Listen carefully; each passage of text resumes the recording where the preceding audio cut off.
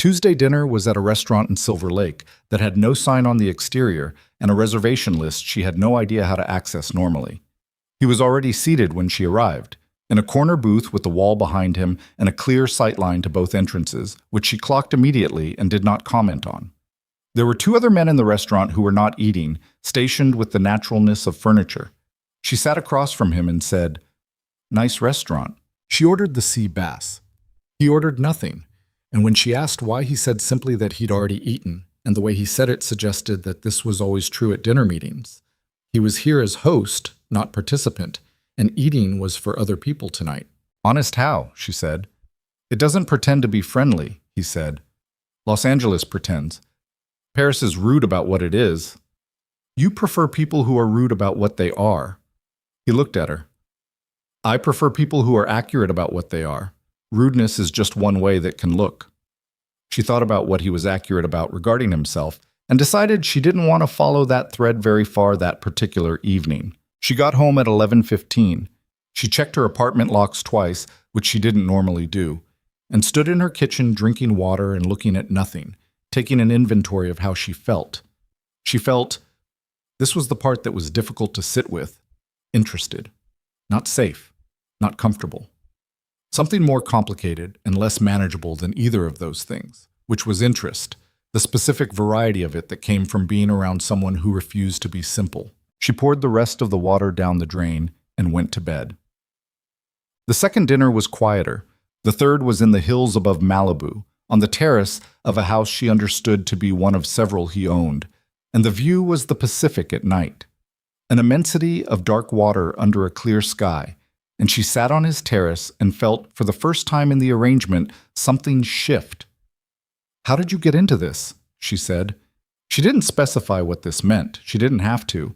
He was quiet long enough that she thought he wouldn't answer. Then, "I was born into it." That's the honest answer. Not particularly dramatic. "It sounds pretty dramatic." "People romanticize it," he said, "because the alternative is that it's just a business that inherited me the same way other families inherit law firms or hospitals, with the same internal politics and the same compromises and the same weight of other people's expectations. Except yours involves—" She stopped. "Yes," he said, "it does." She looked at the ocean. The sound of it was constant and indifferent, the way large things were. "The man in the garden," she said. He looked at her. "I need to know," she said. "Not because I'll do anything with it. I just need to know if what I'm adjacent to." He was silent again. Then, "He was passing information to people who use that information to hurt other people, including mine. And he's dead." Lucien looked at her without flinching. "Yes," she breathed. In, out. The ocean kept going. "Okay," she said. He frowned. "Okay." "I'm not leaving," she said. She heard herself say it and recognized she'd made the decision somewhere before this conversation, that she was just now catching up to it. "I'm not pretending I didn't hear you, but I'm not leaving." Something moved through his face that she couldn't catalog. She was getting better at reading him, and this one still escaped her. He looked back out at the water. "You should," he said. It didn't sound like a warning. It sounded like something else. "I know," she said. They sat on the terrace until midnight, and the space between them on the outdoor couch had gone from the deliberate gap of two strangers to something closer, without either of them deciding it. And at some point his hand was near her hand, and her shoulder was near his shoulder, and the air was warm and smelled of salt. When she stood to leave, he walked her to the car. He opened the door. She stood beside it. "Thursday," he said. "Thursday," she said. She got in the car. She didn't look back this time either, but for a different reason than the first time. She was halfway down the hill when her phone buzzed with a message from a number she didn't recognize. "Be careful who you're having dinner with." She stared at it. Her hands tightened on the phone. She considered not telling him, then decided immediately that not telling him was the kind of decision that ended badly for people who made it. She pulled over on the dark hillside road. She called him. He answered on the first ring, and she could hear from the ambient sound that he was still outside, still at the house, still standing in the same place she'd left him. She read him the message. He said nothing for 4 seconds. Then, "I'll send someone to you. Do not drive." "I'm fine. It's just a..." Do not drive, he said. The flatness of it was absolute. She sat in the pulled-over car on the dark hillside road and waited, the phone still in her hand, the message still glowing on the screen, and understood with a clarity she could no longer talk herself out of, that whatever she'd accidentally stepped into at a wedding in Santa Ynez Valley was no longer something she could step back out of. The ordinary life she'd been maintaining, the faucet, the car, the gallery, the careful smallness of everything, was still technically hers. But something else had gotten in, something large and dangerous, and, if she was being ruthlessly accurate with herself, more alive than anything she'd let herself near in years.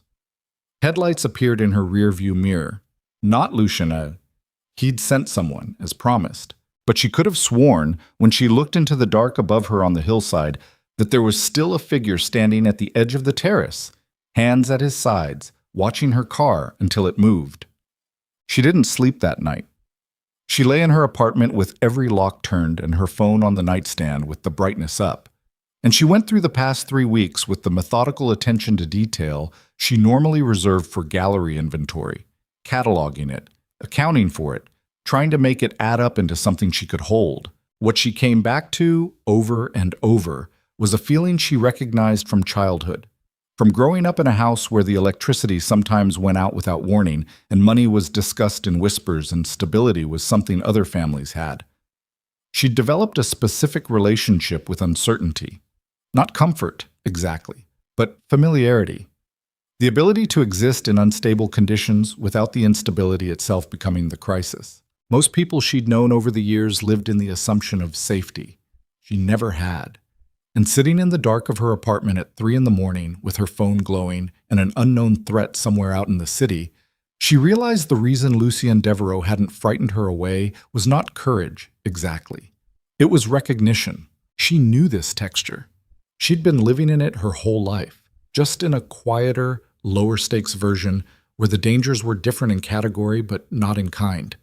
She fell asleep just before 5, with the phone in her hand, and when she woke at 7:15, there were 2 messages.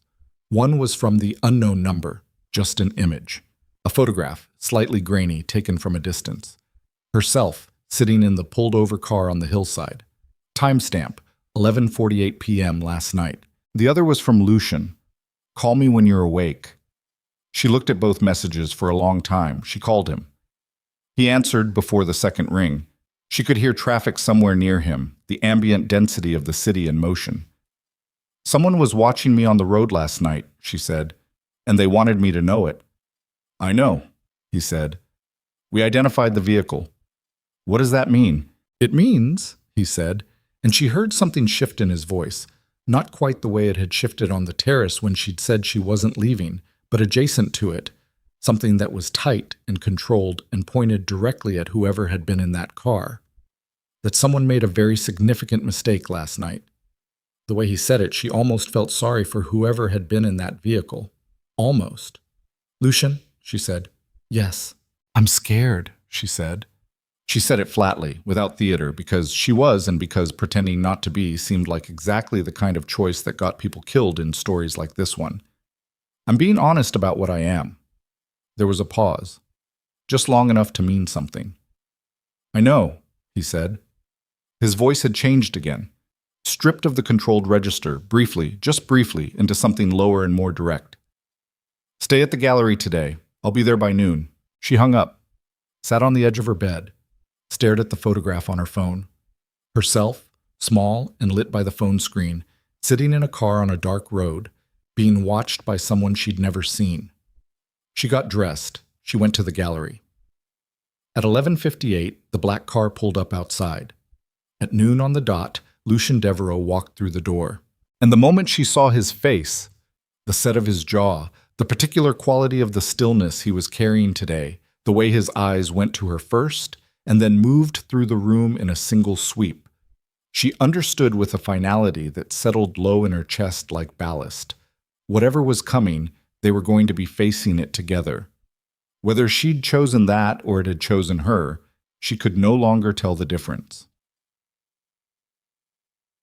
He came through the gallery door at noon exactly, and Vivian noticed the small things first. The way his collar was slightly off, the top button undone when every other time she'd seen him it had been fastened, and the way his jaw carried a tightness that hadn't been there on the terrace last night. He'd been awake. She could tell by the quality of the stillness he was wearing. It wasn't the rested kind. It was the kind people manufactured out of will when the alternative was visible collapse. Behind him came two men she hadn't seen before, not the restaurant security type.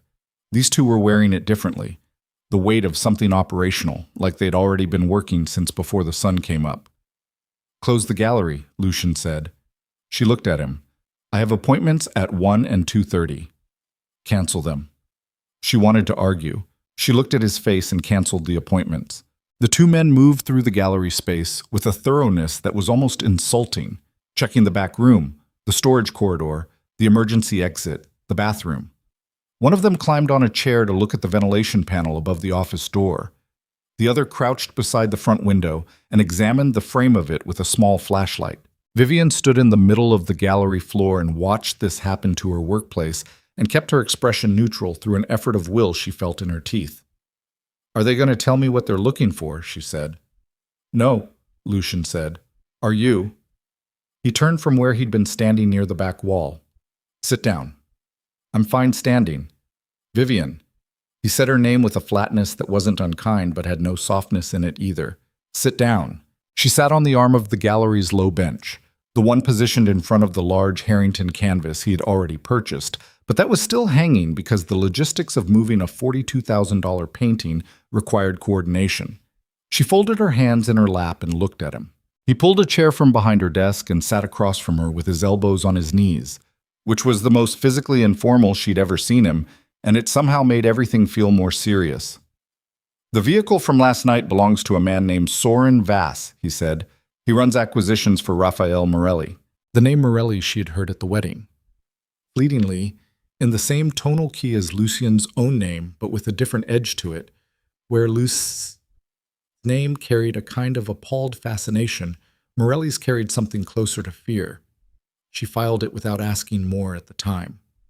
"What does acquisitions mean?" she said. Lucien looked at her steadily.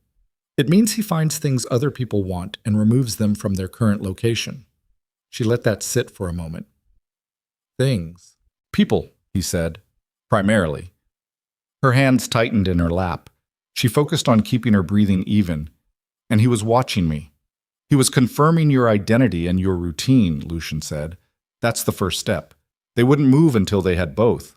"Move," she said. "Vivian." "Say it plainly," she said. Her voice came out harder than she intended. "I can handle plain. I cannot handle you giving me half of something and expecting me to fill in the rest without asking." He looked at her for a moment. Something shifted in his face, not softness, but a kind of recalibration, like he was adjusting an assumption. "They were going to take you," he said, "as leverage against me." The air in the gallery felt suddenly thinner. She breathed through it. "Okay," she said. "You keep saying okay." "Because I'm processing." One of the two men came out from the back room and said something to Lucien in a low voice. Lucien listened, nodded once, said two words back that she didn't catch. The man went back. Lucien turned to her. "We're moving you," he said. "Today. I have a property outside the city. You'll stay there while I manage this." She stared at him. "I'm not leaving my apartment." "Your apartment has one lock on the front door and a parking garage with no camera coverage between floors 2 and 4, he said. "I know because my people checked it 3 weeks ago." The specific intimacy of that he'd had her building assessed 3 weeks ago, early in the dinners, while she was still telling herself the arrangement was temporary and manageable, landed on her like something cold. "You checked my building," she said. "Yes." "Without telling me." "Without telling you," he said, without apology or performance. Just confirmation. She stood up. She moved to the window and looked out at the street. The ordinary daytime street with its ordinary daytime traffic, and a woman pushing a stroller and a delivery driver double parked, and all the texture of a city that had no idea what was happening in this particular gallery on this particular Monday. "You've been making decisions about my safety without including me in them," she said, to the window. "I've been managing a situation." "My situation?" "Yes." She turned around. "That's not how this works. You don't get to manage my life without my input just because you've decided I need protection. I didn't agree to that. I agreed to dinners and appearances. He looked at her steadily. What you agreed to and what's required aren't the same thing anymore. Because of you, she said. Because of what you are and what you do and who you've made angry. I didn't make any of those choices. You made one, he said. The wedding, unspoken, sitting between them like furniture. She hated that he was right about that. She hated how much ground it gave him. If I go to this property, she said. What does that look like? How long? Who else is there? My staff, a security rotation. There's a guest house that's been used for situations like this before. Situations like this, she said. You've done this before. Hidden someone. Once, he said. She waited. He didn't elaborate, and she understood from the way he'd shut that door that the once was not something she was going to get the history of today. She looked at the gallery. 4 years of her life in this space. The particular smell of it, the light in the afternoon, the way she knew every corner of it. The sculptor's pieces that needed to be properly staged before the New York showing. The Harrington abstracts still on the wall. The paintings, she said. The showing in New York. I have commitments. They'll keep. They won't just, Vivian. His voice hadn't risen. It never rose. But it had changed in a way she was learning to read. A tightening at the edges. A precision of delivery that meant he was at the point where the subject was closed. The man who was watching you last night will try again. This is not a negotiation about your schedule. She looked at him for a long moment. She thought about the photograph on her phone. Herself, small in the dark, being watched by someone she never saw. Fine, she said, but I'm getting my own things from my own apartment. I'm not having your people pack for me. He stood. I'll go with you. No, send one of them. She nodded at the back room. I don't need you watching me pack underwear. The almost smile again. It appeared and was gone in under 2 seconds. One of my people will go with you, he said. Marcus, you'll take the back exit. My car, leave it. She picked up her phone from the desk. She looked at the photograph one more time and then deleted it, because keeping it felt like giving it more power than it deserved. Then she put the phone in her bag, took her coat from the hook by the office, and went to the back room to tell Marcus she was ready. The property was in the hills northeast of Pasadena, set back from a private road behind a gate that required a code she wasn't given, only entered by the driver without explanation. She watched the keypad as they turned in, not to memorize it, just because the instinct to track exits was one she'd had since childhood, and it was not something she'd managed to outgrow. The main house was large and flat-roofed, set into the hill rather than on top of it, the kind of architecture that was designed to be invisible from certain angles, which she suspected was intentional for reasons that had nothing to do with aesthetics. The guest house was separate, connected by a covered walkway, with its own entrance and its own small kitchen and wide windows facing west toward a slope of dry California scrub that glowed amber in the afternoon light. It was objectively more comfortable than her apartment. She resented it slightly for that. She unpacked the bag Marcus had watched her pack in 35 minutes flat. Efficient, unfussy, the packing of someone who'd moved suddenly before. She put her phone charger on the nightstand. She hung her work clothes in the closet. She went to the kitchen and opened the refrigerator, which was stocked with things she'd actually eat, and stood looking at it for a moment before closing it again without taking anything. Someone had stocked that refrigerator before they brought her here. She didn't know whether to find it considerate or suffocating. Lucien appeared at the guest house door at 6 that evening. He knocked, which surprised her. She'd half expected him to have a key and use it without announcing himself. Comfortable, he said. It wasn't quite a question. It's fine, she said. She stepped back from the door to let him in, which wasn't quite an invitation but was more than a refusal.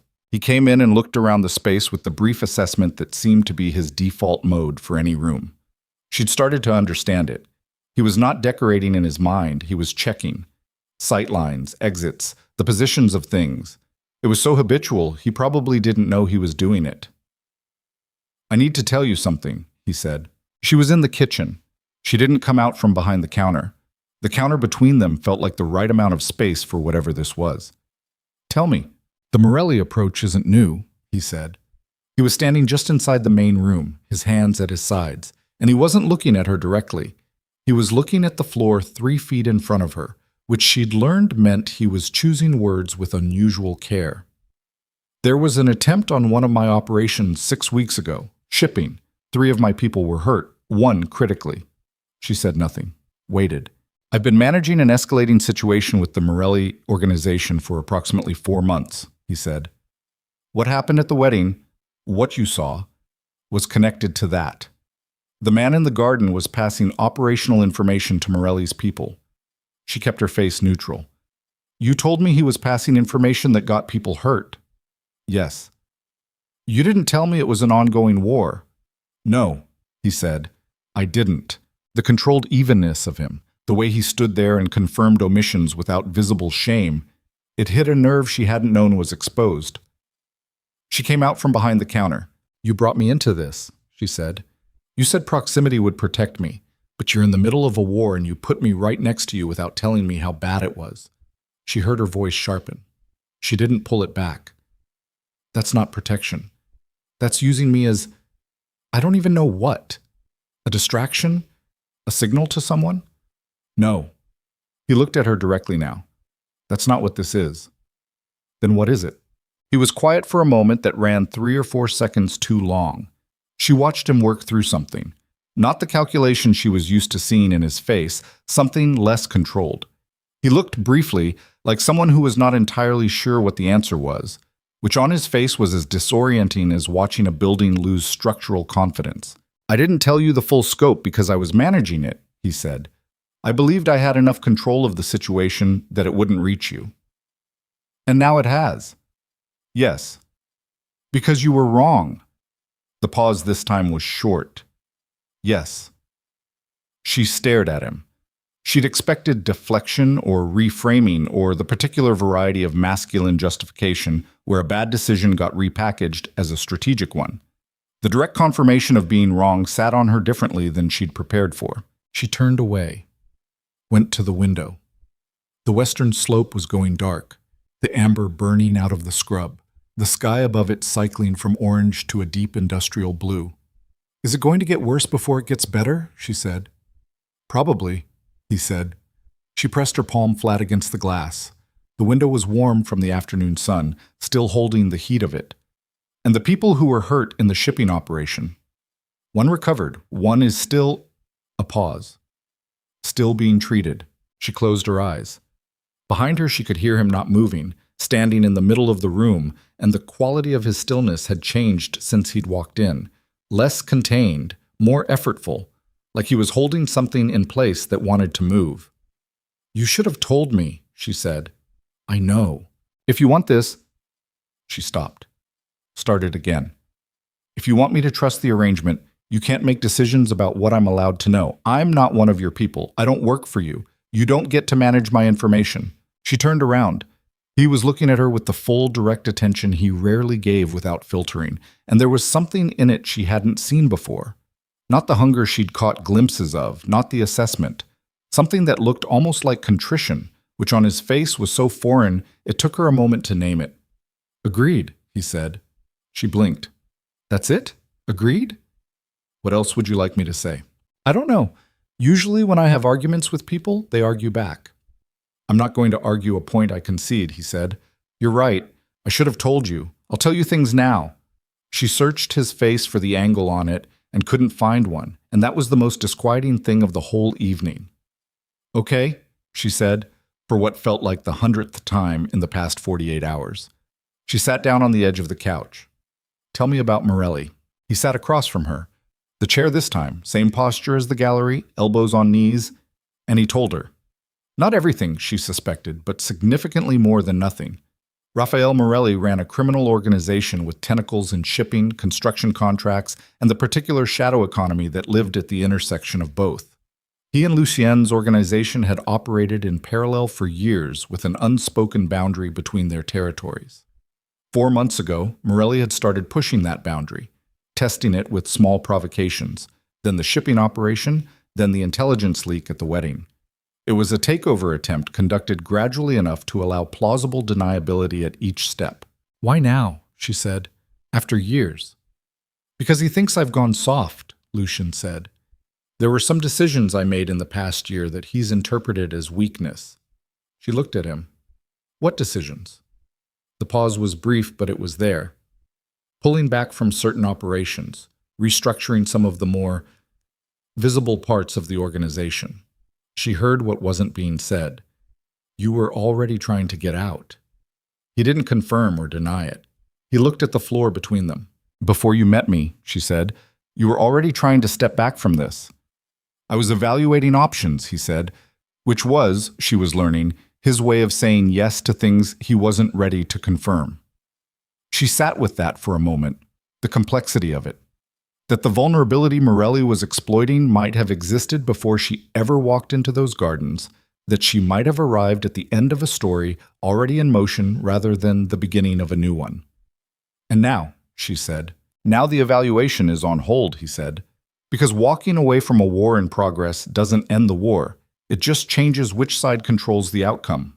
She nodded. The logic of it was brutal and clean. So you have to fight it. Yes. And I'm in the middle of it. Yes.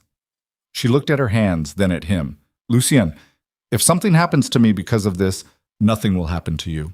You said yourself Morelli's people had already confirmed my identity and my routine. That's not nothing, he said, will happen to you. The flatness of it was absolute. Not reassurance, declaration.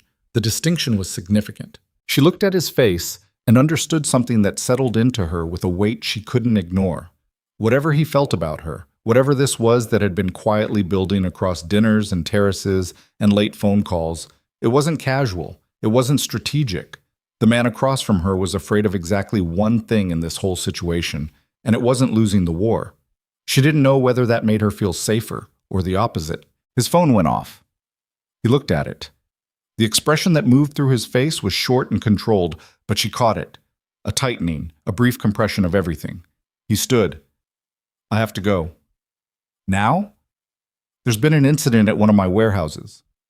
He was already moving toward the door, the phone at his ear saying something in a low-clipped voice to whoever was on the other end. He stopped at the door and looked back at her. Marcus is outside. Don't leave the property. What kind of incident? Marcus will have my contact information if you need anything.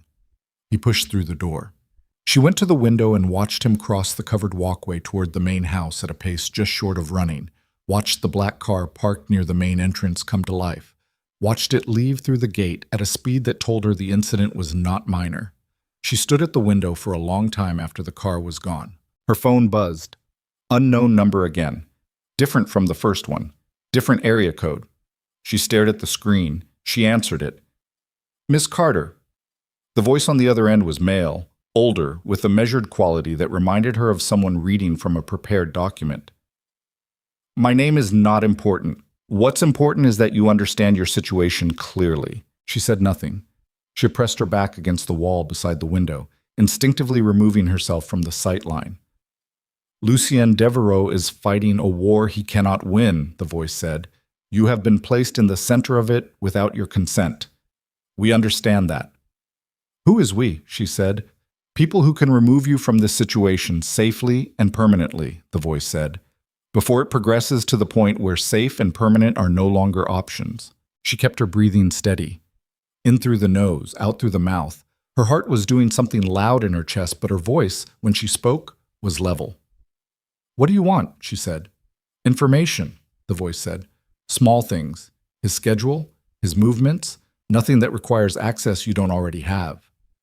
The room was very quiet. She could hear the dry scrub outside moving against itself in the evening wind. And if I don't, she said, then you remain in the center of a war, the voice said. And the people conducting it are not as careful with collateral damage as Lucien would like you to believe. He hung up.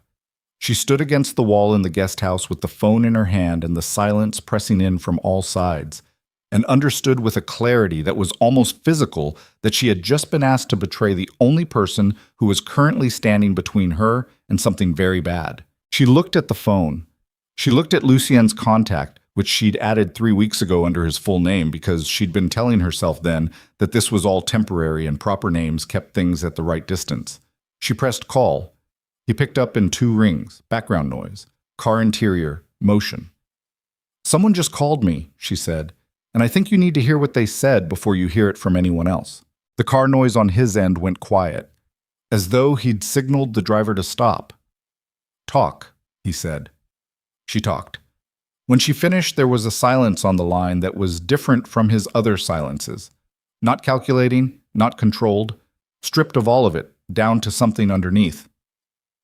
They asked you to inform on me, he said. Yes. And you called me instead. Yes. Another silence, shorter.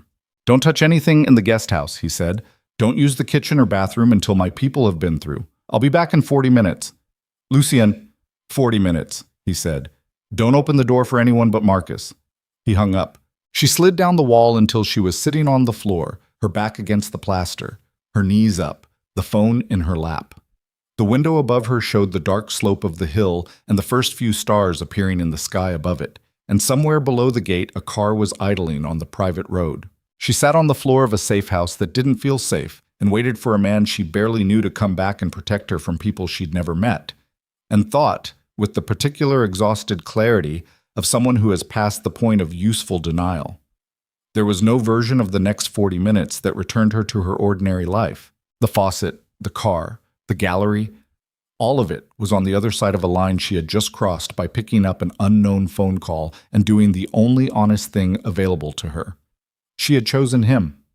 Not with a kiss this time, with something that couldn't be undone.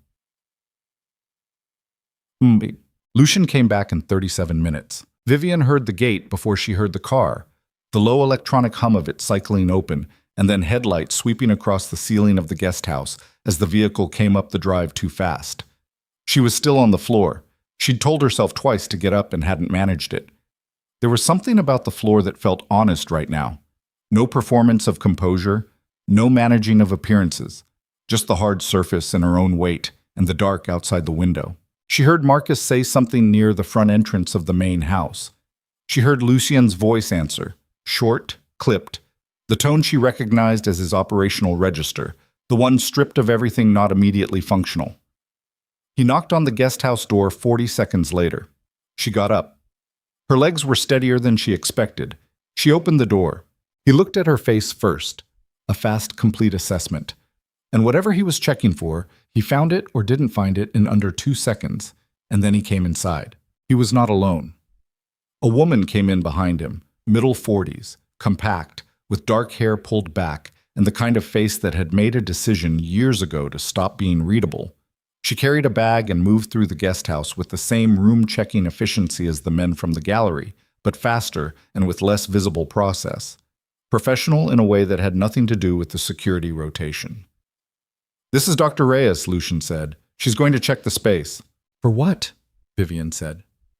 "Listening devices primarily," Dr. Reyes said without looking up from the bag she was opening. Her voice was precise and uninflected.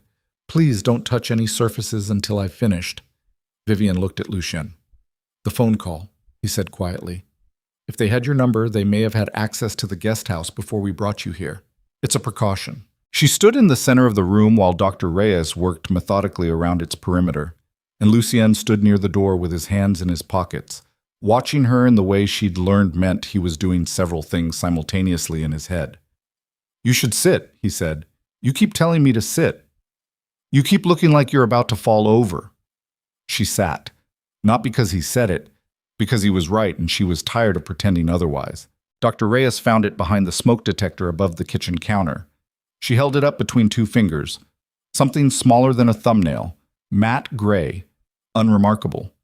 She placed it in a small metal container from her bag, sealed it, and set it on the counter. "1," she said. "I'll check the bedroom." Vivian stared at the metal container on the counter. "How long has that been there?" "Placed within the last 72 hours, Dr. Reyes said from the bedroom. "The adhesive is still fresh." Vivian looked at Lucien.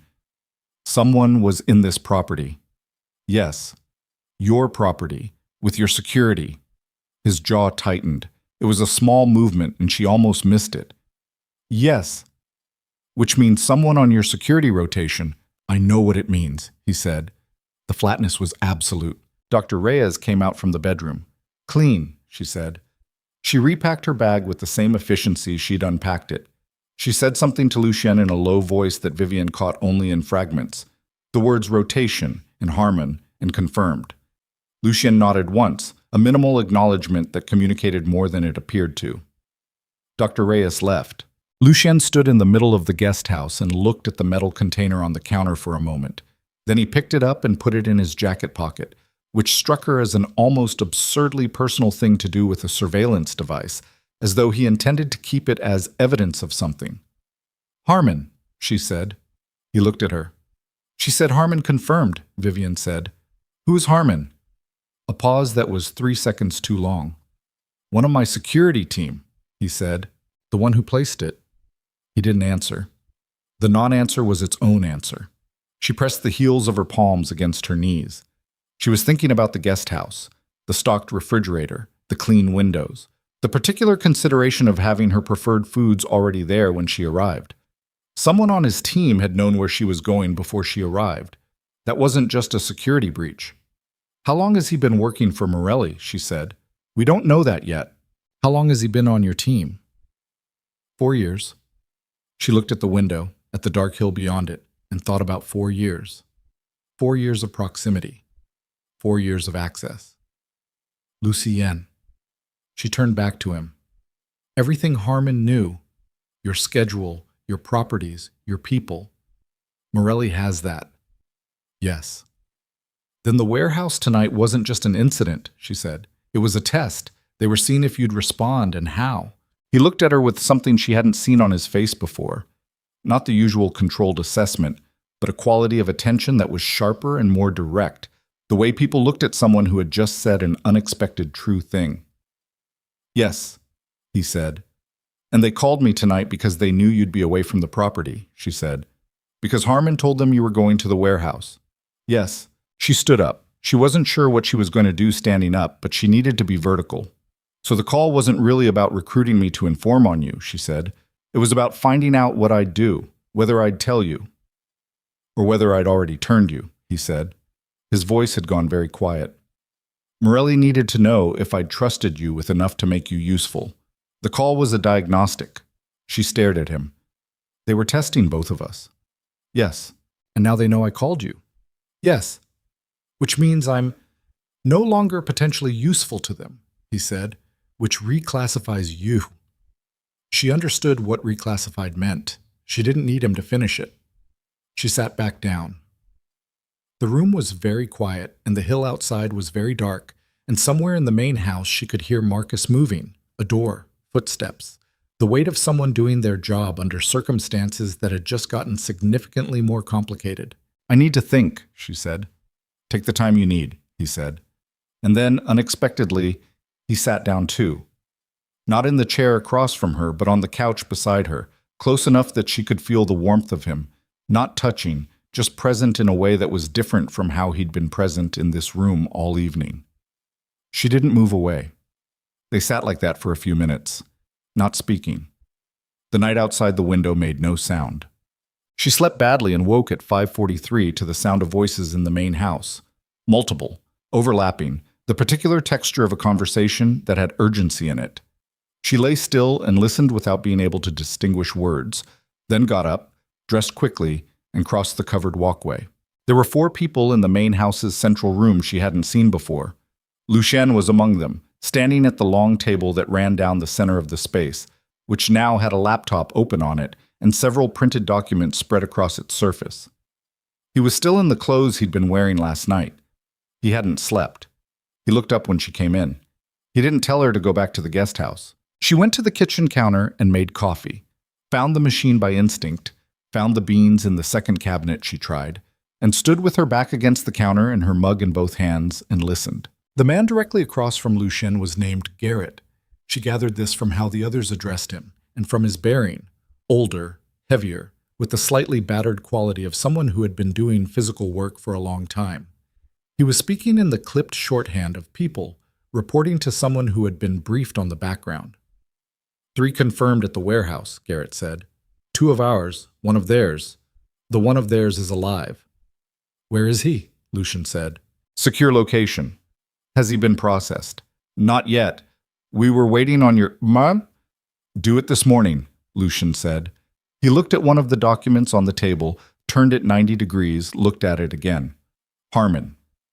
We have him, Garrett said. He's been comfortable? A pause. He's been contained, Garrett said, which was a different word, and they both knew it. I want to talk to him, Lucien said. Lucien. This morning, Lucien said. Same flat delivery. End of subject. Vivian drank her coffee and watched him, and thought about 4 years.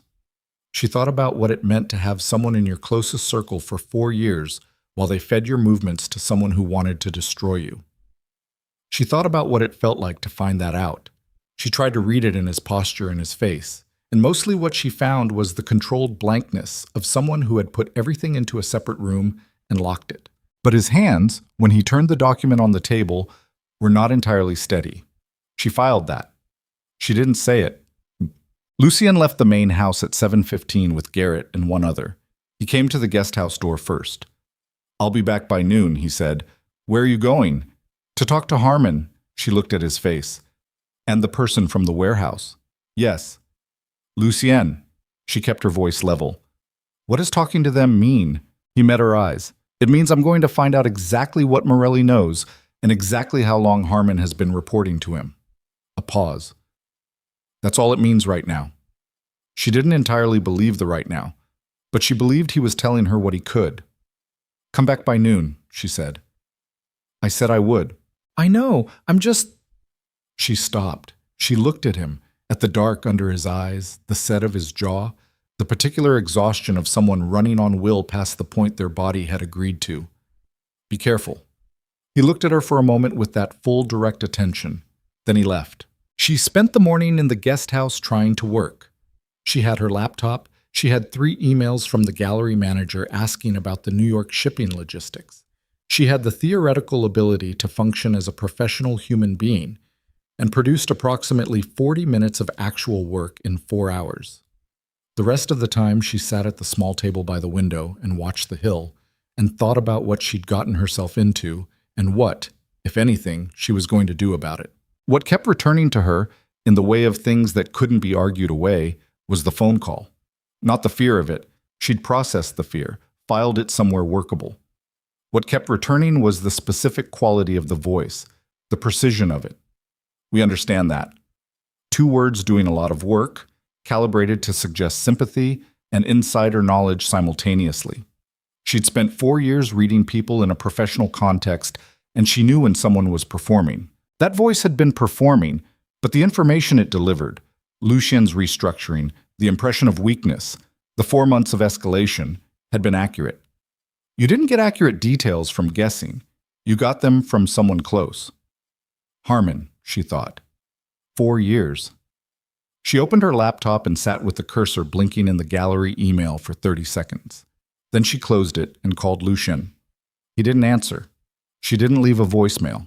She looked at the time, 10:48. She was still looking at the time at 11:30 when Marcus knocked on the guest house door and came in with a different quality of energy than his normal contained efficiency. Something compressed in his face, a tightness around his eyes that was new. Mr. Devereaux is going to be delayed, he said. How delayed? Marcus's jaw moved. There's been a development. What kind?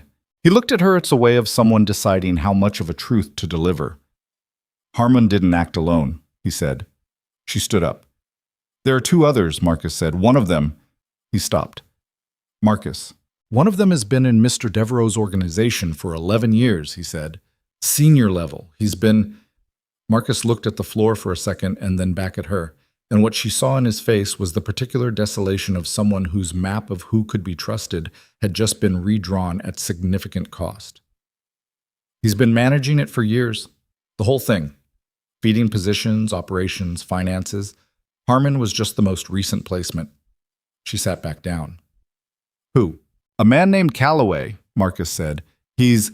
How senior? Marcus looked at her steadily. He was the person Lucien trusted most, he said, after his father died. Calloway ran the day-to-day for 6 years. The room was very quiet. She thought about everything Calloway would have had access to, every decision, every contingency, every vulnerability. Where is Lucien? She said. With Calloway, Marcus said. He found out 20 minutes ago. I don't... He stopped again. She'd never heard Marcus stop in the middle of a sentence before. He was the most deliberate speaker she'd encountered in this world of people who measured their words. I don't know exactly what's happening there right now. She was already on her feet and moving toward the door. Ms. Carter, take me there, she said. I can't do that. Marcus? She turned around. She looked at him directly, which she'd learned was the specific register of interaction he responded to. If you were Lucien, and the person you'd trusted most for 6 years had just been confirmed as the source of everything your enemy knows about you, where would your head be right now? Marcus was quiet for 2 full seconds. Take me there, she said again.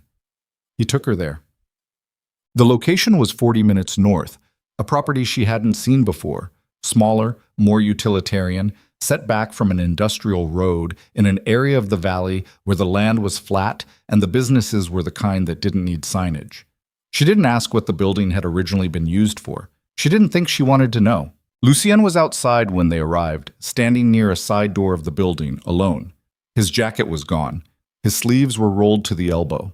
He was standing very still with his back against the exterior wall and his eyes on the middle distance, and when the car came to a stop and Vivian got out, he looked at her with an expression she hadn't seen on him before. Not rage, not devastation. Something more specific and harder to name. The expression of someone whose internal architecture had been quietly operating on a false foundation for a long time and had just found out. You didn't have to come, he said. I know, she said. She stopped 2 feet in front of him. She looked at his hands. They were down at his sides, and they were not shaking. She didn't know whether that was better or worse. How long?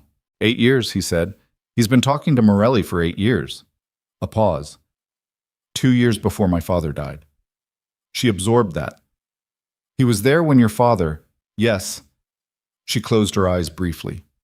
When she opened them, he was still looking at the middle distance, jaw tight, that particular blankness on his face that she now understood was not the absence of feeling but the active containment of it. Lucien, she said, I built everything after my father died on the assumption that I could trust certain people, he said. His voice was even, devastatingly even. Every decision I made about the structure of the organization, about where the vulnerabilities were, about what to protect most, I made those with Calloway, because he was... He stopped. I thought he was. What did he tell them? She said. About your restructuring, the pullback. He looked at her then. He told them it was a power vacuum, that I was losing interest in maintaining control, that the organization was ripe for absorption if Morelli moved decisively. His voice didn't change. It stayed exactly level.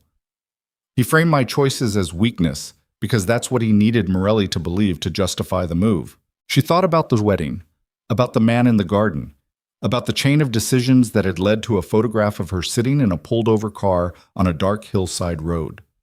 8 years of Calloway's hands on the architecture of Lucien's world, shaping it toward this. What happens now? She said. He looked away again. Didn't answer for a long moment. When he spoke, his voice had dropped into the register she'd learned was not emotional flatness, but precision. The specific vocal tone of someone stating a fact they have already fully processed.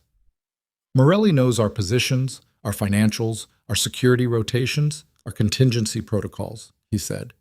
Everything we've been operating on for 6 years is compromised, which means we have nothing left to defend. She looked at him. Or, she said. He turned to her. Or, she said, you have nothing left to lose. The silence that followed was not empty. She could see him working through something, not the calculation she was used to, the quick structural analysis of a man used to assessing threats, something longer and more fundamental. The expression on his face moved through something she couldn't fully track and arrived somewhere she hadn't seen on him before. He looked, for a moment, like someone who had just made a decision that couldn't be walked back from. There's one thing Calloway didn't know, he said. His voice was very quiet. She waited. He didn't know about Morelli's shipping contracts through the port at San Pedro, Lucien said. Because I found out 3 weeks ago, and I told no one, not even Calloway. He looked at her. I don't know why I didn't tell him. I told myself it was compartmentalization. Maybe it was... He stopped. Maybe it was something else. She understood, suddenly and completely, what he meant by something else. He'd been eroding trust in Calloway without consciously knowing it. Some instinct operating below the level of decision had been protecting that particular piece of information. Those contracts, she said, are they leverage? They're more than leverage, he said. They're the financial engine of everything Morelli is doing. Without San Pedro, he can't move the volume that makes the war economically viable. He paused. If those contracts are disrupted, he can't sustain the offensive, she said. No. Can you disrupt them? He looked at her for a moment with that full, stripped-down attention. Yes, he said, but it requires moving tonight, before he realizes we know about Calloway, before he recalibrates. Tonight, she said, with a compromised security rotation, and with what I have left, he said, which is less than I thought it was this morning and more than nothing. She looked at his face, at the controlled devastation in it, the specific exhaustion of someone who had just lost something they could not recover, who was standing in the rubble of 8 years of misplaced trust and looking for the single load-bearing wall still standing. She thought about what she'd told him on the terrace above Malibu. I'm not leaving. She thought about how she'd meant it then, in the uncomplicated way of someone who hadn't yet understood the full geometry of what she was choosing not to leave. She thought about what it meant to say it now, knowing everything tonight had revealed. She looked at him. Tell me what you need, she said. His eyes went to her face, stayed there. You don't have to. I know I don't have to, she said. I'm asking what you need. The space between them was very small. He was still against the wall, sleeves rolled up, something vast and controlled moving behind his eyes, and she was standing in the middle of a utilitarian lot in an unnamed part of the valley with the afternoon light going hard and orange around them. And the world they were both standing in was nothing like any world she had ever planned to be part of. He reached out in his hand, the one that was not entirely steady, the one she'd noticed on the table that morning, came to rest against the side of her face, brief and careful, the touch of someone handling something they understood to be fragile and did not want to damage. Stay at the property tonight, he said quietly. Let me do what needs doing. She held his gaze. And after, he said, one way or another, it's over. She pressed her hand briefly over his, felt the weight of it, the steadiness he was manufacturing. The thing underneath that wasn't steady at all. Come back, she said. Yes, he said. And the way he said it, not a promise exactly, but something with more weight than reassurance, the specific gravity of a man stating something he intended to make true through whatever means were available to him. She believed it. She got back in the car. She watched him turn and go back through the side door, and she thought about Calloway and 8 years and foundations built on rot, and she thought about a smoke detector and a thumbnail-sized device, and she thought about the voice on the phone saying, "We understand that with the careful precision of a trap," and she understood with a finality that settled into her bones that the person who'd arrived at the Hargrove wedding in a pale rose dress, careful and contained and professionally skilled at staying on the surface of things, was no longer the person sitting in this car. That woman had made one impulsive choice and tried to manage the consequences quietly. This woman had chosen eyes open, knowing the full cost, and was sitting in the rubble of that choice without looking away from what it had made her. The car moved. The building got smaller in the rear window. Somewhere inside it, Lucien Devereaux was preparing to go to war with what he had left. And what he had left, she realized, included her. She waited. That was the hardest part. Not the fear, not the not knowing, the waiting itself, the specific texture of it, which was different from every other kind of waiting she'd done in her life, because this time she understood exactly what she was waiting on and exactly what it would mean if it went wrong. Marcus stayed in the main house. She could see a silhouette through the window from the guest house steps. He wasn't sitting, wasn't eating, wasn't doing anything that looked like the normal mechanics of a human being passing time. He was standing at the window on the far side of the room with a phone in his hand and his shoulders in the particular configuration of someone absorbing information they hadn't wanted to receive. At 9:14, he came to the guest house door. There's movement at San Pedro, he said. Morelli's people are accelerating the loading schedule. 3 hours ahead of what we estimated. She stood up immediately. They know. We don't know that yet. Marcus. She looked at him directly. If they're accelerating, they know, or they suspect. Either way, Lucien's timeline just collapsed. She picked up her phone. Call him. I've been trying for 11 minutes, Marcus said. The steadiness of his voice cost him something. She could see it in the small muscles around his eyes. She dialed Lucien herself. It rang 6 times and hit voicemail.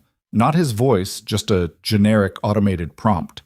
And she hung up and dialed again immediately, which was not rational but was the only thing available to her hands right then. 6 rings.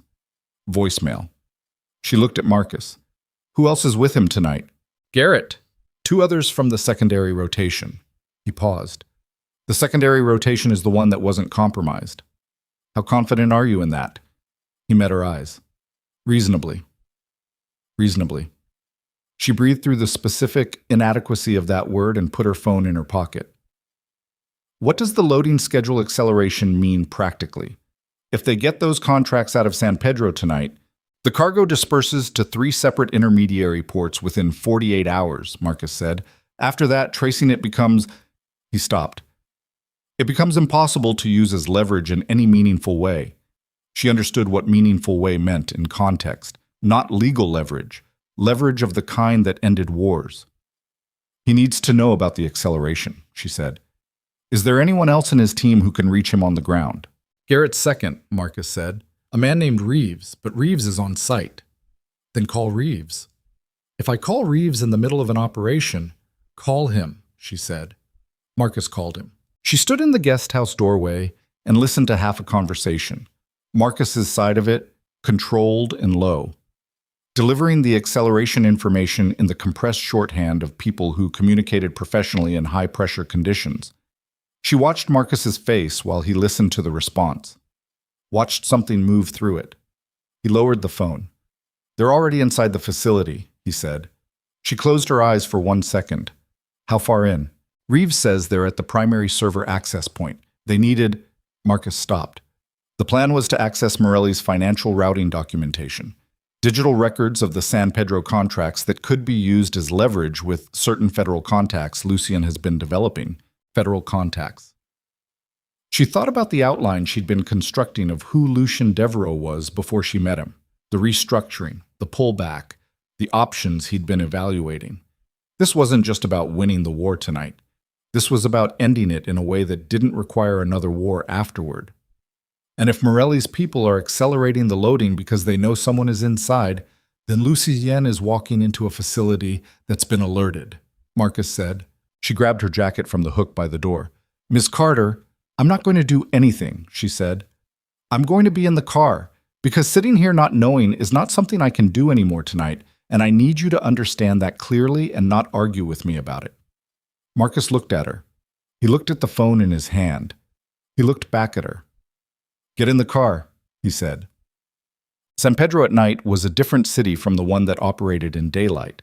The port facilities lit in industrial orange and white, enormous and indifferent, the smell of salt and diesel and something metallic that Vivian couldn't name.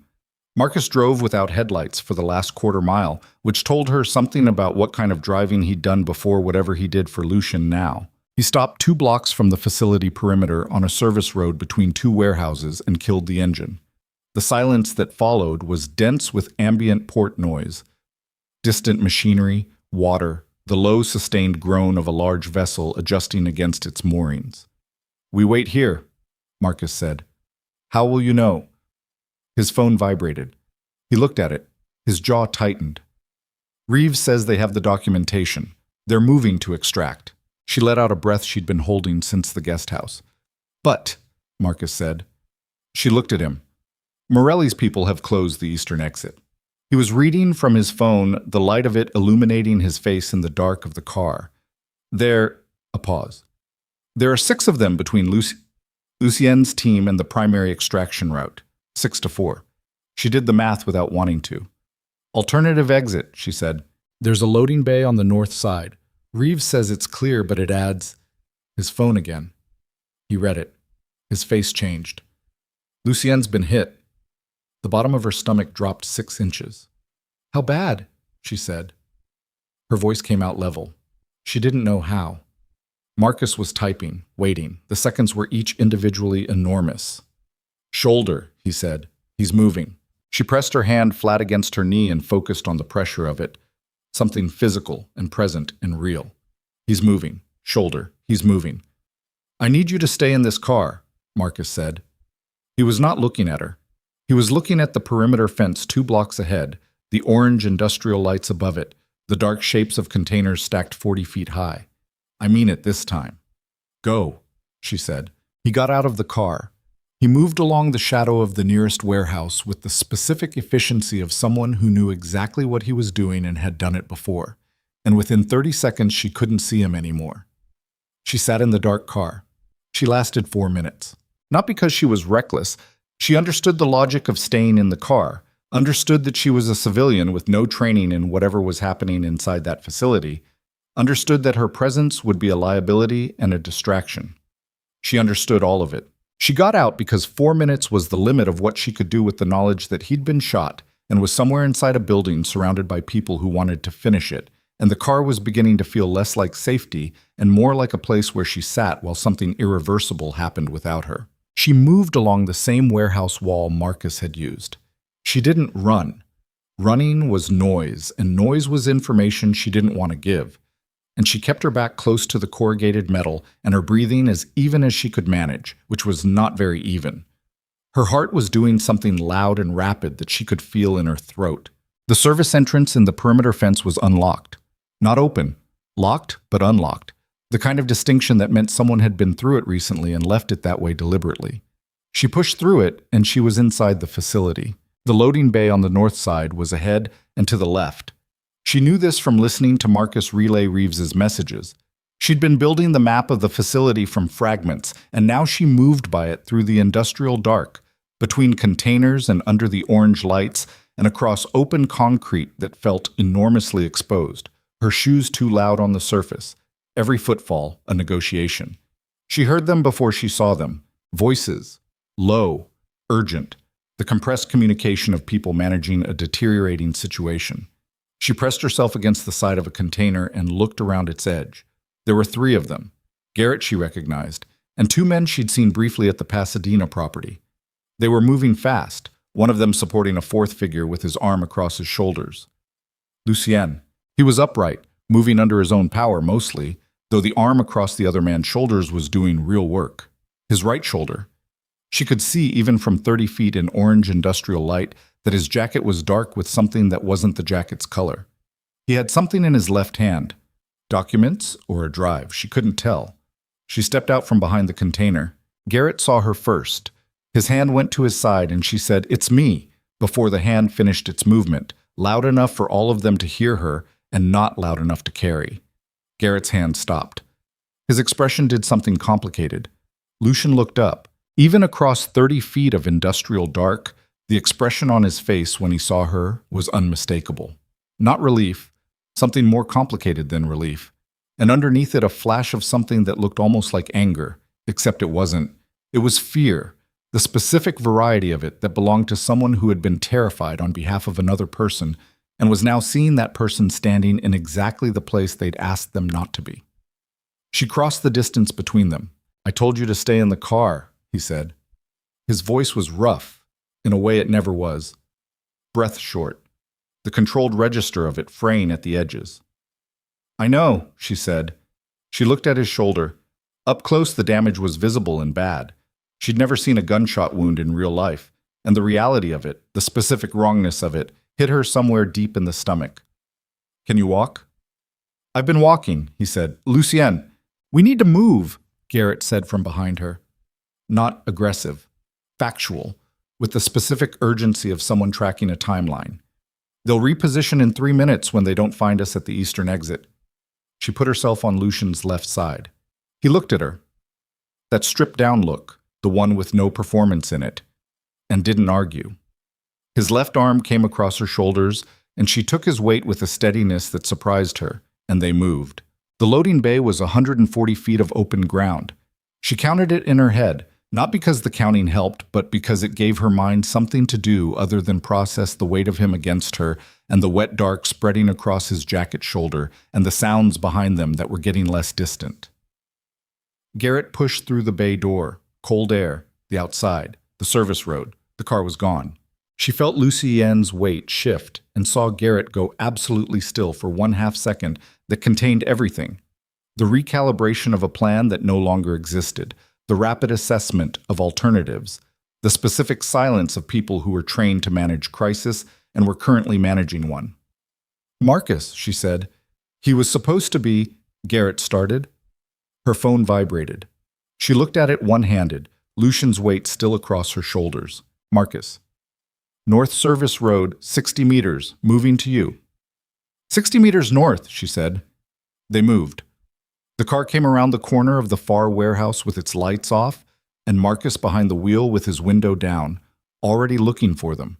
And when he saw the group, he accelerated to close the distance and stopped hard, and all 4 of them were in the car in under 15 seconds. Marcus drove. Nobody spoke for the first 2 minutes. The facility disappeared behind them, the orange light shrinking in the rear window, and Vivian sat in the back seat with Lucien's weight partly against her and her hand pressed against his shoulder. Not knowing exactly what she was doing medically, but operating on the principle that pressure was the right thing, and felt his breathing against the side of her face, rough and irregular, not panicked, but working. "The drive," Garrett said from the front seat.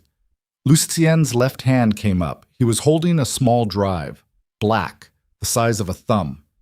He put it in Garrett's outstretched hand without a word. Garrett looked at it. Something moved through his face that was as close to relief as she'd seen on anyone in this world. "Okay," he said quietly. "Okay." She kept her hand on Lucien's shoulder and her eyes on the dark road ahead. "Dr. Reyes," she said to Marcus. "Already called," Marcus said. "She's at the property." Lucien turned his head slightly. She could feel the movement, the specific weight of it, the effort in it. He was looking at the side of her face. "You were supposed to stay in the car," he said. His voice was quieter now. The fraying at the edges was more pronounced. "Yes," she said. "You could have been—" "I know." "Vivian." His voice had dropped to almost nothing. She could feel the shape of her name in the air between them more than she could hear it. "I told you." "You did," she said. She kept her eyes on the road ahead. Her hand was still on his shoulder, still pressing, and under her palm she could feel the heat of him, the rapid, shallow breathing, the particular aliveness of someone whose body was working very hard to compensate for something it hadn't budgeted for. "You told me. And I was in the parking lot for 4 minutes, and then I wasn't." A silence. Then so quietly she almost missed it. 4 minutes. 4 minutes is a lot when you don't know, she said. He didn't answer, but his weight shifted, just slightly, just incrementally, and settled against her in a way that was less structural and more deliberate. She felt the exhale of it, long and slow, the careful release of someone setting something down that they'd been carrying by force of will for too long. She kept her hand on his shoulder and watched the dark road and said nothing else. Dr. Reyes worked on Lucien Devereaux in the main house for 47 minutes. Vivian sat in the guest house and did not look at her phone and did not think about what 47 minutes might mean, and drank 2 cups of coffee that she didn't taste. At 11:22, Garrett came to the guest house door. "He's asking for you," he said. She got up. Lucien was on the main house couch, not lying down, sitting upright, which she understood was a choice and not a medical recommendation. His right shoulder was bandaged with the clean efficiency of Dr. Reyes's work, his shirt replaced with something plain and dark, his left arm moving normally. The color had come back into his face, or enough of it. His eyes when she came in were clear and direct and tired in a way she hadn't seen on him before. Not the manufactured exhaustion of someone running on will, but actual tiredness, the kind that lived underneath the infrastructure. "Sit," he said. She sat across from him. She looked at his shoulder. "Through and through," he said. "Dr. Reyes says I'll have significant use limitations for 6 weeks. But you're okay." "I've had worse," he said. Then reading her face, I'm not dismissing it. I'm telling you the medical reality." She breathed. "The drive. Garrett has it. We have everything we need on Morelli's San Pedro contracts. Routing, volume, financial counterparties, the federal officials he's been managing. Enough to make the cost of continuing this war prohibitive from every available angle. He paused. It's over. By morning, when I make certain calls, it's over. She looked at him. At the specific quality of his exhaustion, at the bare face of someone who had come to the end of something enormous. Calloway, she said. Managed? He said. She didn't ask what managed meant. She was getting better at knowing which questions to ask and which to leave in the dark where they lived. What about the federal contacts, she said. The immunity conversations you were having. He looked at her steadily. You know about those. You told me you were evaluating options, she said. Tonight was about getting leverage that makes those options viable. I put it together. Something moved through his face. That recalibration she was familiar with. The adjustment of an assumption. Yes, he said. The documentation gives me the kind of position in those conversations that changes the calculus significantly. You want out, she said. Not accusation, fact. I've wanted out for a long time, he said. It came out quieter than the rest. I told you that without telling you. The restructuring, the pullback. I was dismantling things systematically. Calloway read it as weakness. It wasn't weakness. I know what it was, she said. He looked at her.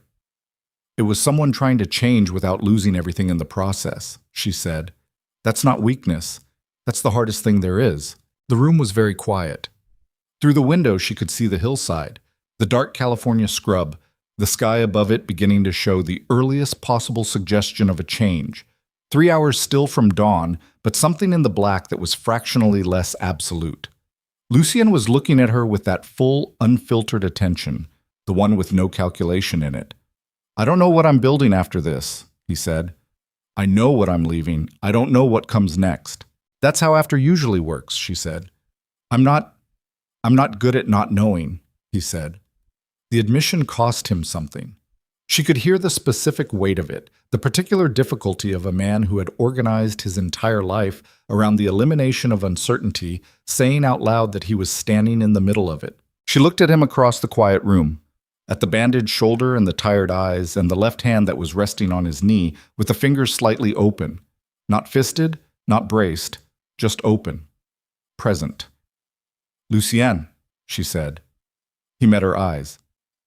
You came back, she said. He was still for a moment. Then something moved through his face that was not the almost smile she'd seen before. Something more fundamental than that. Something that had been underneath every controlled expression and measured silence and deliberate containment she'd watched him maintain since the night in the garden. It surfaced briefly, and she saw it, and it was enough. Yes, he said. She stood up. She crossed the room. She sat beside him. Not across, beside, in the specific geometry of someone who has made a decision about distance and is done negotiating it. And he turned toward her, and his left arm came around her carefully, accounting for the right shoulder, and she leaned into him and felt the warmth of him and the roughness of his breathing and the particular alive weight of someone who had made it back from the edge of not making it back. Neither of them spoke. Outside, somewhere below the gate, a car engine started and then faded, Garrett leaving, or someone from the rotation, the machinery of the aftermath already beginning to move. Inside, the main house was settling into the specific quiet of a place where the crisis had passed its worst point, and the people in it were beginning, slowly and carefully, to breathe differently. She could feel his heartbeat through his shirt. It was slower than she expected, more regular, like a thing that had decided to continue and was committed to it. She thought about the outline she'd been given at the wedding.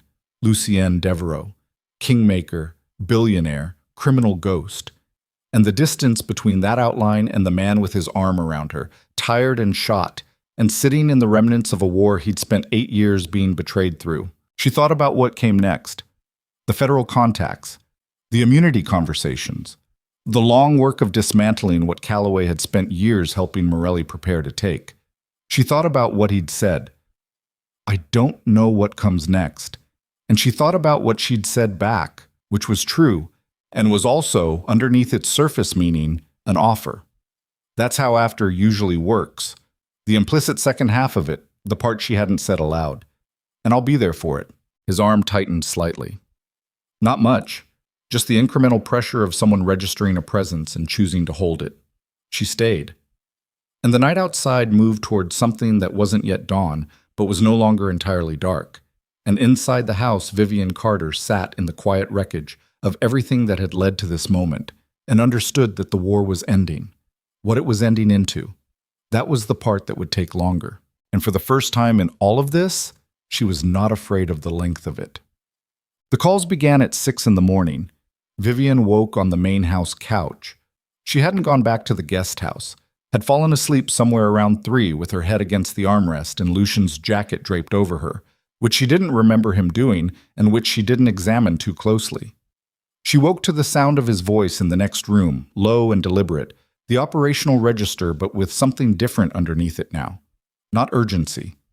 Something closer to finality. She lay still for a moment and listened to the shape of it without the words, the way you could read weather from the quality of light before you looked at the sky. Then she got up, folded the jacket, and went to find coffee. Lucien was at the long table with his phone to his ear and 3 printed documents in front of him. She recognized them as copies of what had come off the drive, reproduced overnight by someone she hadn't seen do it. His right shoulder was visibly stiff, the way he held that arm slightly forward compensating for the bandage and the damage underneath it, but his face was present and clear in a way it hadn't been at 3 in the morning. He'd slept some. Not much. Enough. He looked up when she came in, held up 2 fingers, 2 minutes, and went back to the call. She made coffee. She stood at the kitchen counter and listened to him finish the conversation, which ended with a single sentence that she almost missed. The documentation will be with you by 9. After that, we don't speak about this again. He set the phone down. He looked at the documents for a moment with the expression of someone reviewing work they'd already committed to but were making one final accounting of.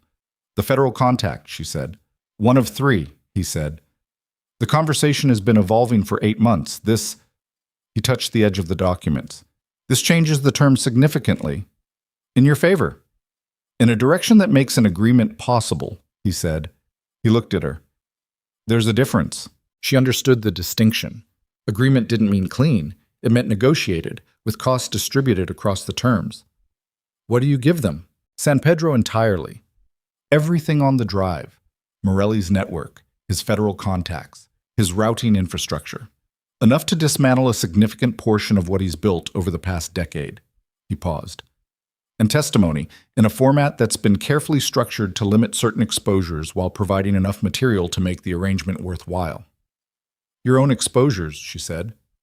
Yes. She turned her coffee mug in her hands. And Morelli himself. By this evening, Lucien said, Rafael Morelli will understand that the ground under his San Pedro operation no longer exists and that the people he trusted to maintain it have been providing documentation to federal contacts for the past 12 hours. He looked at the documents one more time. The war ends because continuing it becomes more expensive than any possible gain. That's how these things end. Not with one decisive blow, with the removal of the economic logic. She thought about Garrett and the drive and the 47 minutes with Dr. Reyes and the specific dark at San Pedro that smelled of salt and diesel. And the people who were hurt in all of this, she said, your people. The shipping operation, the warehouse. They'll be compensated, he said. The ones who can be. The ones who can't. He stopped. Something moved across his face that wasn't the controlled blankness she'd learned to read as containment. It was briefer than that and more honest. There's no adequate version of that. There's only what's done afterward. She nodded. She didn't offer comfort around it because he wasn't asking for it and because the truth of what he'd said deserved to sit without being smoothed over. Calloway, she said. He looked at her steadily. What about him? I want to know what happened, she said. Not managed. What actually happened. The pause was short. He'd been expecting this question and had decided before she asked it how to answer. She could tell by the quality of the pause, prepared, not evasive. He's alive, Lucien said. He's been given a specific set of options. He chose the one that involves leaving the country permanently and not communicating with anyone in this network or Morelli's. A pause. He understands the consequences of not honoring that. She looked at him. You could have... Yes, he said. But you didn't. No. He looked at the table. He knew my father. He was in my house for 8 years. He watched. A breath, carefully managed. He watched my father die. Another pause. Whatever he was to Morelli, he was also that. I can't undo one without undoing the other, so I made a different choice. She understood, then, something she hadn't understood before. The specific shape of the mercy in it, which was not softness. It was something harder than vengeance, actually. The decision to let someone live with the weight of what they'd done rather than remove them from it. Calloway would carry 8 years of deliberate betrayal for however long he had left. That wasn't a light sentence. Okay, she said. He almost smiled. You keep saying that. I keep meaning it different ways, she said. He looked at her across the table, across the documents, and the coffee and the morning light coming through the windows of the main house, the specific light of a California morning that didn't have the decency to look like anything other than ordinary. Clean and golden and indifferent to everything that had happened inside the building, it was illuminating. I have 2 more calls, he said, and then I need to… He stopped. He looked at his shoulder. Dr. Reyes wants me to rest. You should listen to her. I generally don't, he said. I know. You should start. He picked up the phone. He looked at her before he dialed. Stay, he said. It was the same grammatical construction as the first time, imperative, unhurried, but it meant something entirely different now. Not the protected asset variety of stay, the other kind. She stayed. By noon, it was done. Not visibly. The world outside the property looked exactly as it had that morning. The same dry hills and the same flat sky and the same service road with its uninterested traffic. But the shape of the thing had changed in a way that Vivian could feel in the quality of the air inside the main house, a specific decompression, the atmospheric shift of a system that had been holding enormous pressure and had finally, carefully, been vented. Garrett came at 12:30 with a man she didn't know. Older, in civilian clothes that were too carefully ordinary, with the particular composure of someone who operated in institutions. He and Lucien spoke in the back room for 40 minutes. When the man left, Lucien came out and said nothing for a moment, just stood at the window with his good arm hanging at his side and his shoulder turned slightly away from the light. Done, he said finally. She was sitting at the kitchen table with her laptop open, having finally managed 2 hours of genuine gallery work. The New York shipping logistics, an email to the sculptor, the routine fabric of a professional life that had continued existing throughout all of this without her full attention. She looked up. How done, she said. The federal contact has the documentation. Morelli will receive notification of certain investigations that are being reopened within the next 6 hours. The San Pedro contracts have been flagged through 3 separate regulatory channels simultaneously. He turned from the window.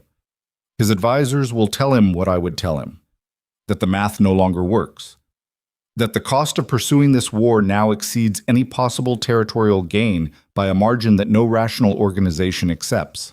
And if he's not rational about it, she said, then the federal process handles what's left, Lucien said. Either way, it ends. He crossed the room and sat down across from her, the chair that had become his consistent position at this table, elbows on knees, hands loosely together. He looked tired in the deep way, the bone-level way, but also somehow lighter, as though something structural had shifted.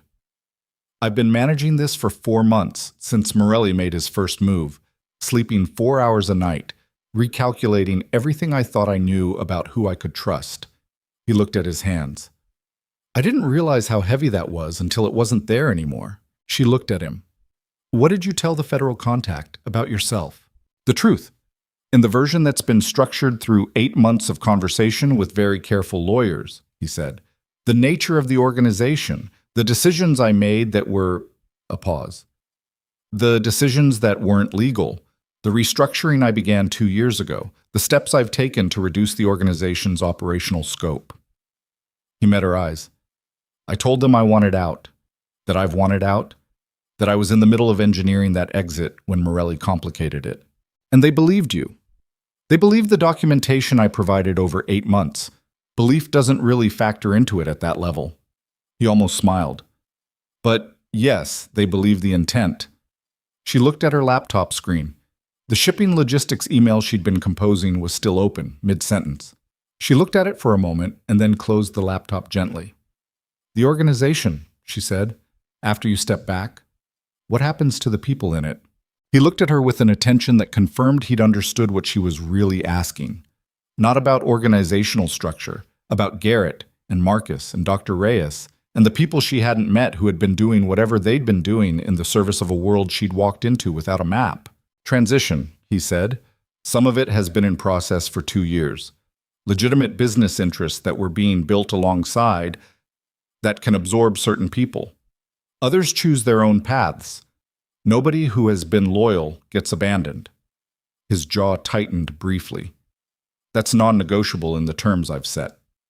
She nodded. Vivian, he said. She looked at him. I need to tell you something I haven't told you, he said.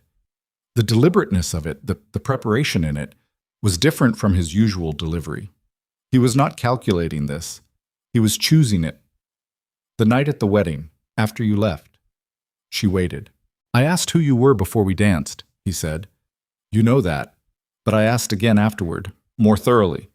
He looked at the table briefly. I had you looked into. Your background, your finances, your connections, standard process for anyone who... He stopped. Restarted. Anyone who had seen something they shouldn't have seen. She kept her expression level. And what I found was a person with no connections to anyone in my world or Morelli's, no angles, no leverage points being used against me. He paused. And a person who appeared to be... Another stop. She realized she was watching him struggle with something, which on his face was as rare as weather. Exactly what you appeared to be, which is not something I had significant experience with. People being what they appear, she said. Yes. She sat with that for a moment. The investigation didn't surprise her. It fit the logic of who he was and how he operated. What surprised her was him telling her about it now, voluntarily, without being asked. The specific decision to hand her a thing she could have used against him. Did it bother you? She said, finding nothing. He looked at her. It terrified me, he said. Simple, direct. The most unguarded thing he'd said to her in all of this. She breathed. Because if there was nothing to find, I was just a person. And people... He stopped. People can leave, she said. Yes. The morning light had moved across the floor of the main house and was now climbing the far wall, and the room was warm in the particular way of California mornings that were going to be hot by afternoon, and everything was very quiet in a way that felt earned rather than empty. I'm not leaving, she said. She said it the same way she'd said it on the Malibu terrace, not as reassurance, not as performance, but as the statement of a fact she'd already verified internally and was now reporting accurately. I've had approximately 40 opportunities to leave, and I didn't take any of them. I think we can treat that as data at this point. He looked at her. The thing that moved through his face this time was complete, not the glimpsed fragment she usually caught before he managed it back, but the whole of it. The full, unfiltered weight of a man who had spent his entire adult life operating in a world where everything cost something and nothing was freely given, looking at something freely given and not knowing, quite, what architecture to hold it in. He reached across the table, his left hand, the steady one. He turned it palm up. She put her hand in it. 3 weeks later, the gallery held the sculptor's showing. Vivian stood near the back of the room in the specific professional presence she'd developed over 4 years in this space. Observant, available, managing the evening without being seen to manage it, and watched 40 people move through the work. The sculptor, a woman named Delacroix, who built large figurative bronzes that looked like they were in the process of deciding whether to stand or fall, was talking with a collector near the center installation with the particular intensity of someone who had waited years to have this conversation in this room. The showing was a success. She'd known it would be. She'd spent 2 weeks restoring the professional attention she'd let lapse, and the results were evident in the room. At 8:45, the black car pulled up outside. She saw it through the plate glass from across the room and felt, not the jolt of the first time, but something quieter and more settled, recognition, the specific warm weight of something that had become familiar. Lucien came through the door in a jacket she hadn't seen before, slightly different cut, accommodating the shoulder, which was 6 days into Dr. Reyes's 6-week recovery estimate and apparently being managed with the same compliance he'd shown toward every other instruction in his life. He moved through the gallery with the same presence he always carried, the room adjusting slightly around him without knowing why, and stopped near the center installation where the Delacroix bronze, a figure mid-rise, one knee still down, arms just beginning to extend, stood under the focused light. He looked at it for a long time. Not 4 seconds. A real look, the kind she hadn't seen from him in the gallery before. She crossed the room toward him.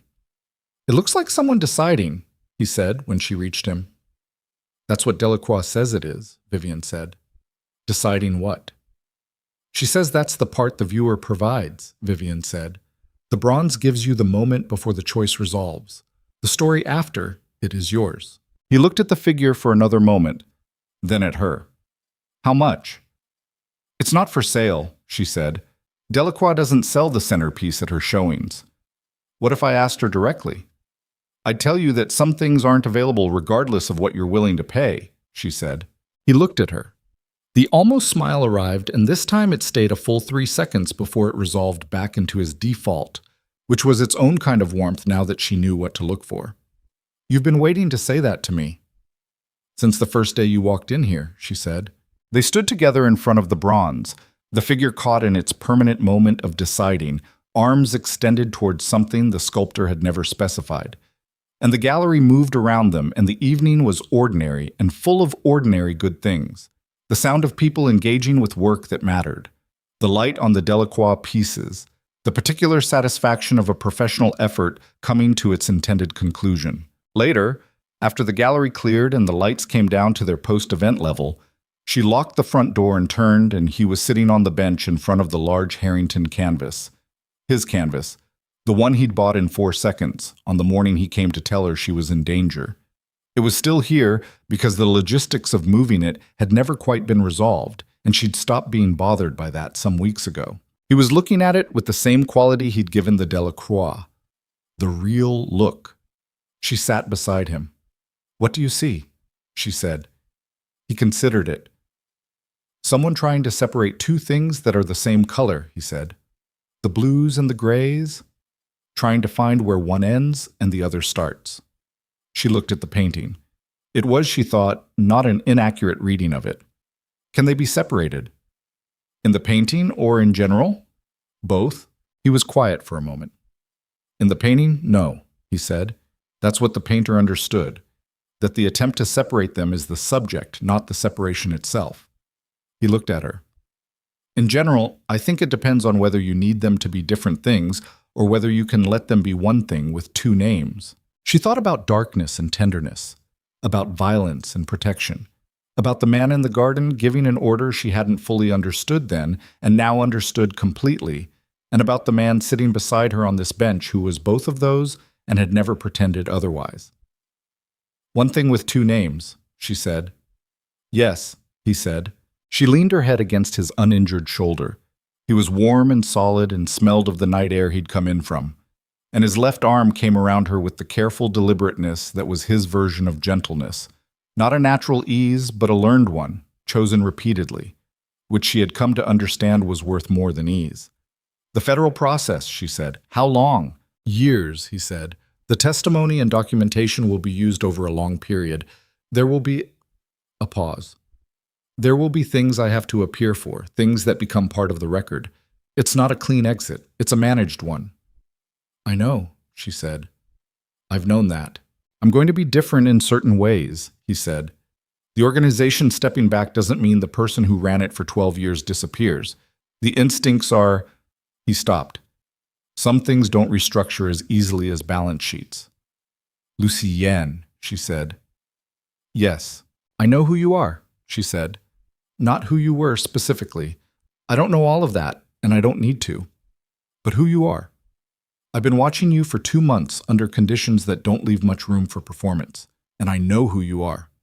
She paused. "I'm not expecting someone different on the other side of this. I'm expecting you. The version of you that's been trying to get somewhere for 2 years. That's who I'm here for." He was quiet for long enough that she thought he might not answer, which was his way with things that moved him past the point of his usual vocabulary. Then he said, very quietly, "When I came back from San Pedro, when you were in the car." "Yes, I knew in the car, before we got to the property, before Dr. Reyes." He paused. "I knew that I wasn't going to let the rest of this, any of the negotiations, any of the exit, any of the after, happen without you in it. I made that decision in the car, and I haven't revisited it." She closed her eyes. The weight of it settled into her slowly and completely, the way things that were true did when you finally let them. "That was 3 weeks ago," she said. "Yes." "You didn't say anything." "I was negotiating a federal immunity arrangement and recovering from a gunshot wound," he said. "The timing felt wrong." She laughed. It came out of her without warning, a real one, the kind that didn't perform itself. And she felt him react to it, the slight shift of his arm, the quality of his attention changing. "Your timing is genuinely terrible," she said. "I'm aware," he said. And the full smile came. Not the almost, not the 3-second fragment, but the whole thing, rare enough that she felt it like something physical. "I'm working on it." She stayed against his shoulder and looked at the painting, the blues and the grays, inseparable, the unresolvable question of where one became the other, and thought about a pale rose dress and a garden and a single impulsive moment that had set everything in motion. She thought about what it had cost, the ordinary life with its careful smallness, the professional composure she'd built to manage a world that was always slightly unstable, the version of herself that kept things at the right distance as a matter of survival. She thought about what she'd gotten back in exchange. Nothing that looked like safety. Nothing that looked like simple. Something that looked instead like actual. A life with the full weight of its own reality in it, with a person who was exactly what he was and had never asked her to pretend otherwise. Some nights, on the terrace of the hill property that had become, over 2 months of proximity, something close to home, she sat with her feet on the railing and watched the city below and thought about what she would tell the version of herself at that wedding, the one in the pale rose dress holding a champagne glass. She was drinking too fast, trembling slightly at the edge of the reception. She wouldn't tell her to stay away from the garden. She wouldn't warn her about the kiss. She wouldn't tell her to get back in the car that night in the hills, or to refuse the arrangement, or to choose the version of the story where she never saw Lucien Devereaux's face in the cold light beneath the cypress trees. She would tell her only, "The person you're about to become will cost you everything that wasn't real, and you won't miss it the way you think you will." She would tell her, "Some things that look like danger are the first honest thing that's ever found you." She would tell her, "Stay." Bob. 1 year later, on a private coastal estate above cliffs where the ocean was dark blue and violent and entirely indifferent to the small human business being conducted on the terrace above it, Vivian Carter stood in front of a mirror in a room that smelled of salt air and white flowers, and the particular stillness of a day that had been a long time arriving. She was wearing white, not pale rose, not the careful neutral of someone managing their visibility. White, clean, and direct, the color of someone who had stopped hedging. Downstairs she could hear voices. Garrett's low laugh at something, Marcus's response which she couldn't make out, but which had the quality of warmth in it. Dr. Reyes was there. A handful of others who had been present for the worst of it and had come through to this other side. Small, exactly as large as it needed to be. She looked at herself in the mirror for a long moment. The woman looking back at her had the same face she'd always had, the same eyes, the same line of her jaw, the features she'd grown up being indifferent to. But something in the composition of it had changed in a way that wasn't visible as any single thing. She'd been trying to identify it for weeks. It wasn't happiness exactly, though that was part of it. It wasn't confidence, though she had more of that than she'd once held. It was something simpler and harder to name. The look of someone who had been tested on the question of what they were made of and had received an answer they could live with. She picked up the small bouquet from the table beside the mirror, plain white flowers, nothing elaborate, chosen by her own hand without consultation, and she went downstairs. He was on the terrace, still, present. Wearing the dark suit with a precision that she recognized was a deliberate choice, not the operational uniform, not the armor of the man who'd walked into her gallery and rearranged her life. Just a suit, fitted and clean, and his face in the coastal morning light with the full weight of his attention directed at her as she came through the terrace doors. The shoulder had healed. She could tell by the way he stood, no longer the slight compensating forward angle, just himself, both sides even, the physical completeness of someone who had been damaged and had repaired. She stopped in front of him. Around them, the small gathering of people who understood what this cost and what it was worth. The ocean below the cliff, not quiet, never quiet, crashing with its continual indifference against the rock. The coastal light, clean and clear, the kind that didn't leave anywhere to hide and never tried to. He looked at her face for a long moment, then at her hands, then back at her face. "You came," he said. Quiet, just for her. "You doubted it," she said. "No," he said, "but I'm glad anyway." She looked at him, at the dark eyes that had assessed her across a sunken garden and across a ballroom floor and across a gallery and across the specific dark of San Pedro and across every room they'd sat in over the past year while the world they were building together took shape slowly and without a blueprint. She thought, some people spend their whole lives in the safe version, the version where the walls are known and the ground is reliable and the distances are managed. The version where nothing ever costs more than you agreed to pay. She had lived in that version once. She remembered it clearly. She did not miss it. "Ready," he said.